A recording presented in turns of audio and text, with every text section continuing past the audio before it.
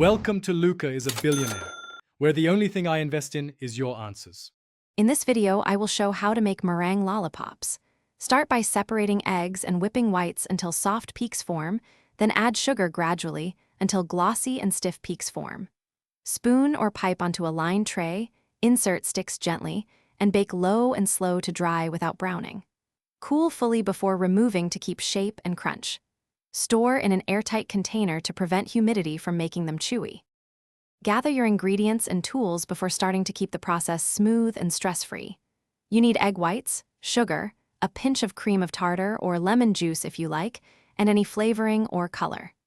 Use a clean, grease-free bowl and a reliable mixer to get glossy, stiff peaks. Prepare a baking tray with parchment and have lollipop sticks ready to insert after piping each swirl.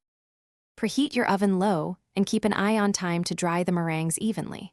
Bake on the middle rack with the door slightly ajar if your oven runs hot.